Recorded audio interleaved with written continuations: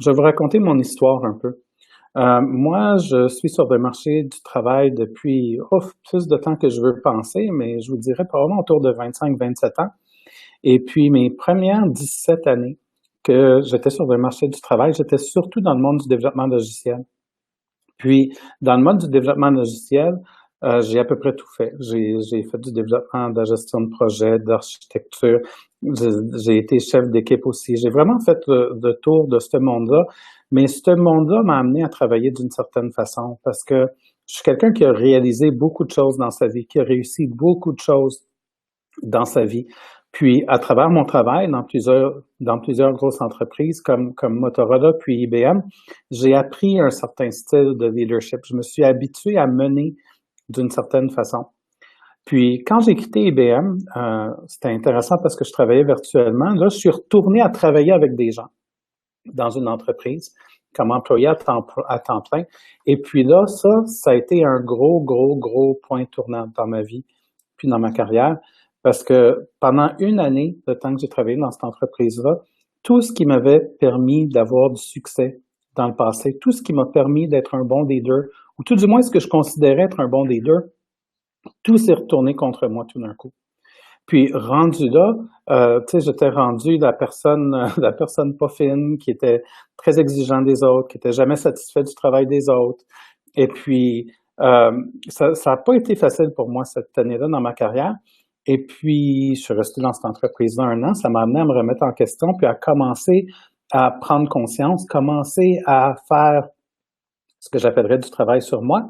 Et puis, là, j'ai changé de travail. J'ai commencé à travailler chez Pixis comme coach. Puis, au début, quand j'ai commencé à travailler comme coach, ce qui était intéressant pour moi, c'était que j'étais un peu plus le coach qu'on appellerait, disons, le coach achiever. On est beau, on est bon, on est fort, on est capable. Embarquez sur mon dos, je vous amène avec moi. Puis, avec des gens, ça résonnait très bien avec des gens. Il y avait beaucoup de plaisir à avoir cette énergie-là.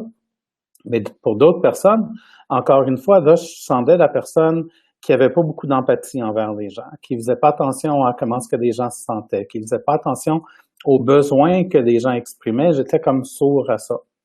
Puis, à un moment donné, j'ai commencé à réaliser ça, puis j'ai commencé à me questionner encore une fois sur qu'est-ce qu'il faut que je fasse avec ça. Puis, tranquillement, ce que j'ai commencé à faire, c'est que j'ai commencé à laisser sortir un côté de moi que ça faisait longtemps que j'avais pas laissé sortir, un côté qui était plus empathique, plus en contact avec les gens. Mais pendant toute ma carrière, j'avais appris que c'était comme pas correct, fait que j'osais pas. Et puis, à force de faire ça, c'était rendu un jeu. J'allais chez mes clients, puis là, je jasais avec les gens. Quand je parlais avec les gens, des fois, je me laissais plus aborder de cette façon-là avec eux. Et puis là, tout d'un coup, quand j'avais fini, quand je retournais chez nous, c'était comme un génie que je sortais de la bouteille. Monsieur Génie, tu as été super fin aujourd'hui. Ça a vraiment été le fun que tu m'aides comme ça. Mais là, tu peux retourner dans la bouteille. Puis j'ai été capable de faire ça pendant quelques mois. Puis à un moment donné, ce qui est arrivé, c'était que ce côté-là a dit non, non, c'est parce que la bouteille, elle me convient plus. Je retourne pas dans la bouteille, il va falloir que tu composes avec moi. Il va falloir que là, on trouve comment travailler ensemble parce que j'ai plus le goût que tu m'enterres. J'ai plus le goût que tu enterres ce côté-là, Stéphane. Donc, ce que j'ai fait à ce moment-là, c'est que je me suis embarqué dans une formation de coaching. Je vous ai dit que je suis un coach en développement intégral. Il y a à peu près 6 ans, quand j'ai suivi cette formation-là, moi, je suis rentré, pas tant parce que je voulais être coach, mais parce que je me suis dit, je suis brisé, ça marche pas, j'ai besoin de quelqu'un pour m'arranger. Puis à travers cette année-là, j'ai appris à me redécouvrir, j'ai appris à reprendre contact avec mes émotions, j'ai appris à me reconnecter à moi-même de façon que j'étais pas capable avant. Puis quand je suis sorti, je suis devenu une personne différente, je suis devenu un être humain différent, un parent différent. Et puis depuis ce temps-là, c'est important de comprendre que moi, la raison que je fais ce que je fais, c'est justement pour allumer les gens. C'est pour permettre aux gens de voir la vie différemment que de la façon qu'on voit la vie en général. Je fais ce que je fais dans la vie maintenant pour répondre à une mission plus que d'autres choses. Puis ça, j'ai appris ça à travers mon propre développement personnel.